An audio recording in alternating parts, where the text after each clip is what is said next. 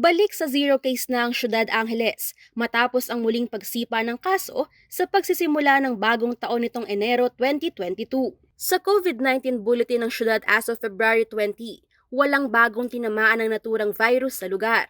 Ito ang unang pagkakataon na nakapagtala ng zero case ang syudad para sa taong 2022.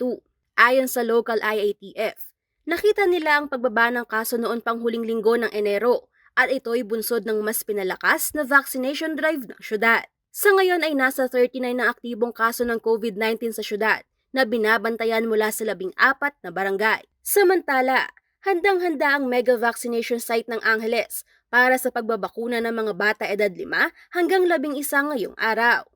Superhero at iba't ibang characters ang tema ng vaccination upang maging kaaya-aya ang ambience para sa mga bata.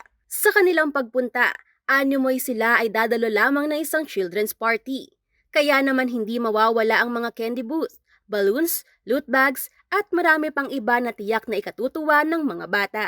Paalala ni City Health Officer Dr. Verona Guevara sa mga magulang, ipabakuna ang mga anak bilang proteksyon ng mga ito, lalo na ngayong inilulunsad na ang face-to-face classes. Dahil napakalaking tulong daw ng bakuna bilang proteksyon laban sa virus, lalo na ngayong panahon ng pandemya.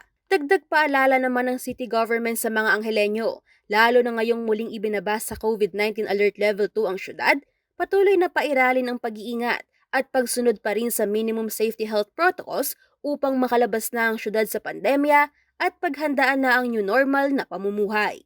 Angelica Cara, CLTV News.